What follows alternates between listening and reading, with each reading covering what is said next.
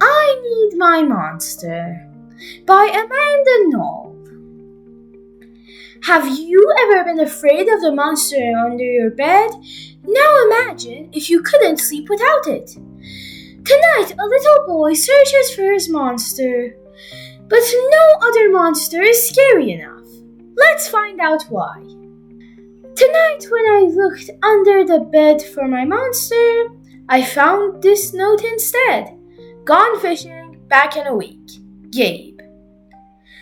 What was I going to do?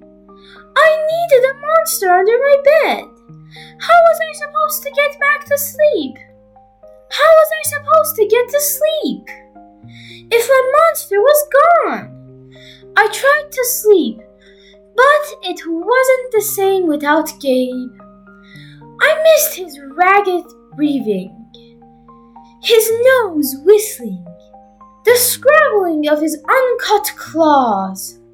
How would I ever get to sleep without Gabe's familiar scary noises and his spooky green ooze?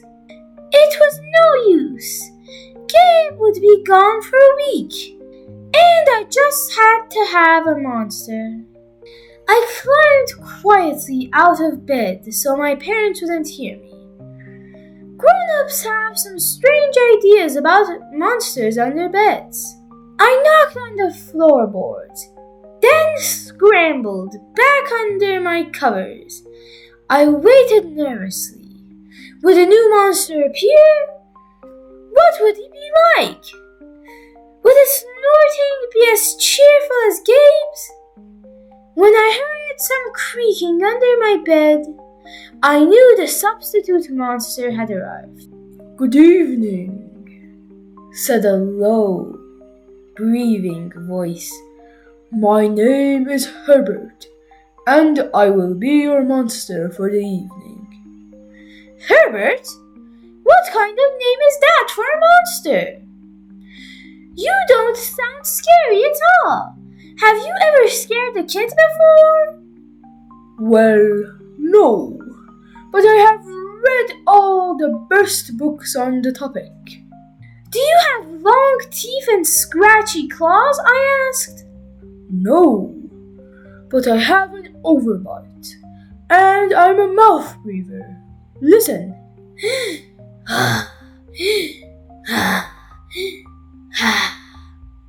Herbert's panting was kind of scary, but it wasn't enough for me. Listen, Herbert, I'm sorry. I just don't think this is going to work out. Listen, Herbert, I'm sorry. I just don't think this is going to work. It's nothing personal, but I really need a monster with claws. Picky, picky, Herbert complained. As you wish, I'll go. There was some more creaking, then Herbert was gone. Some scratching warned me that a second monster had appeared. Good evening, he said in a high, silky voice. My name is Ralph. I understand you need a monster with claws. If you would please lean over, I will hold out an arm for inspection. I crouched on the edge of the bed, hoping to see a horrible shaggy arm with sharp, ragged nails. Instead, I was surprised to see sleekly brushed fur with smooth, shiny claws. Excuse me, I don't mean to be rude, I asked, but is that nail polish on your claws? Yes, it is, Ralph replied. I believe professional monsters should always be well groomed. I could tell that this was not going to work either. I'm sorry to disappoint you, Ralph, but I need a monster with scary claws like Gabe's, I thought. I heard some scratching and I knew Ralph was gone. A minute later, a third voice from under the bed rasped, Check out these claws, kid! I gathered my courage and peered over the edge. The claws were impressive, jagged, and dark, and razor sharp. So far, so good. I was a little nervous. "Could you stick out your tail?" I whispered. "Sure, but don't get scared." I peeked through my fingers at the slimy tail slithering over the foot of my bed. That was when I noticed the bow. "Are you a girl monster?" "Of course I am," she snapped. "I'm Cynthia. Do you have a problem with that?" Yeah, I do," I admitted. "I definitely need a boy monster. Boy monsters are for boys, and girl monsters are for girls. Everybody knows that." "Well, aren't you a picky one?" she sniffed. And then she was gone. Was I being too picky? No. I knew that my monster needed to be well clawed and menacing. The whole point of having a monster, after all, was to keep me in bed, imagining all the scary stuff that would happen if I got out. Then I heard a shuffling noise and some slobbering. A fourth monster was under my bed. "Hey, the name's Mac." One look at his claws proved that Mac was a big, scruffy boy monster. I shivered. Maybe this one would work out. "Those are excellent claws, but do you have a long tail?" I leaned over to see. "No, my tail's stumpy," Max slurped. "But I do have an unusually long tongue." "Why would I be afraid of a long tongue?" I asked. "Oh, I don't know," he said, trying to sound terrifying. "You'll never know when I might lick you." I fell back on the bed laughing. "Well, if you're not even going to try to work with me," Mac whined. I held in my giggles. "I really don't think you should send me away," he warned.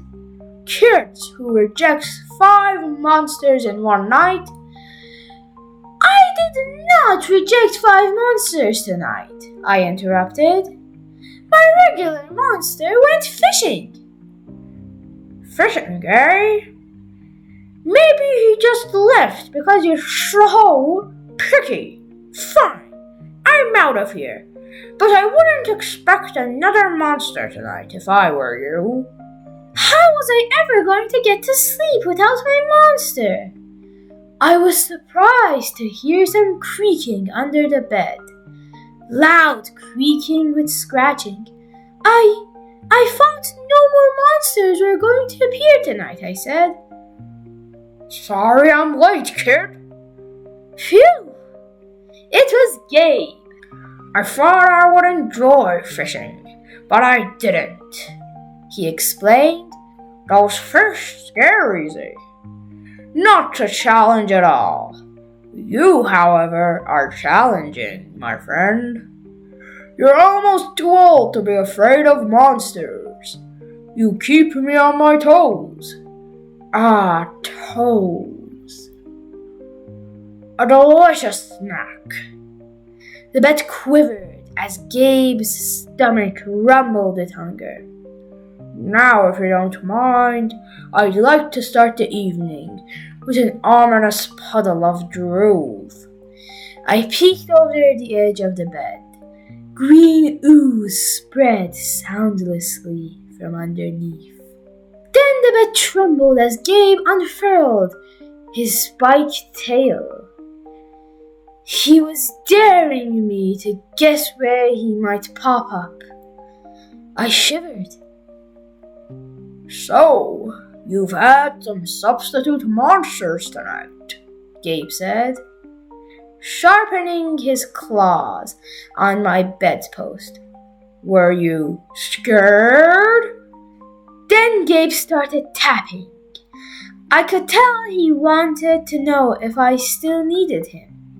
No other monsters can scare me like you, I giggled, diving under my covers and pulling them tight. Through the blanket, I heard Gabe's soft, comforting snorts. Ha! Knew it! We're made for each other, he growled. When my blanket started to slip off the bed, I knew Gabe was ready to eat. Now, if you could please stick out your foot, he said. I'd like to nibble your pinky. I yanked my blanket back up and scrunched my feet in so Gabe couldn't get them.